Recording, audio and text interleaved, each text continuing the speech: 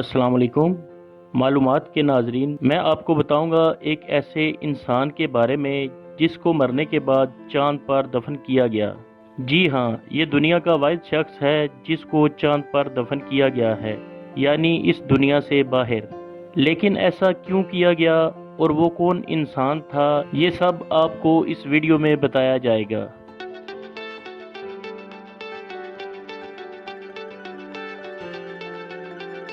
अगर आप चैनल पर नए हैं तो ऐसी मालूमाती वीडियोस हासिल करने के लिए चैनल को सब्सक्राइब करें और वीडियो पसंद आए तो लाइक और शेयर ज़रूर कीजिएगा।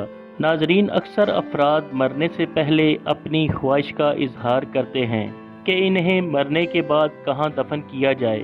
कोई अपने आबाई गांव में दफन होना चाहता है तो कोई परदेसी अपने मुल्क का नाम लेगा और कई मुसलमान जन्नतुल बकी में दफन होने की ख्वाहिश का इजहार करते हैं।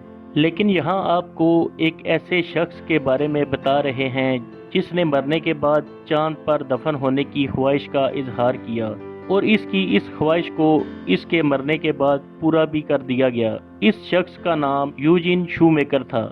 ये एक बहुत बड़े जियोलॉजिस्ट थे और ये अमेरिका के जियोलॉजिकल सर्वे ऑस्ट्रो जियोलॉजी रिसर्च प्रोग्राम के पहले डायरेक्टर भी थे।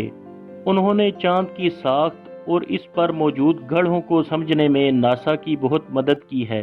उन्होंने 183 प्लैनेट्स भी दरियाफ्त किए हैं। ये बहुत बड़े फल्कियात दान भी थे। कहा जाता है कि नील आर्मस्ट्रांग जैसे खलाबाज इनको अपना उस्ताद मानते थे।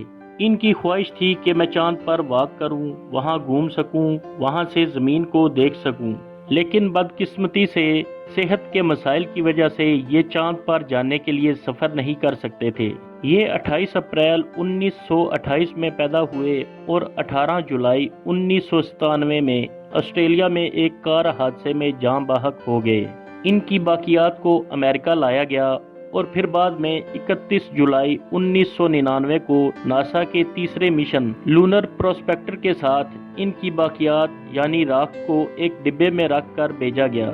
यूं ये वाहिद इंसान हैं जिनकी बाकियात ज़मीन से बाहर चांद पर दफन हैं।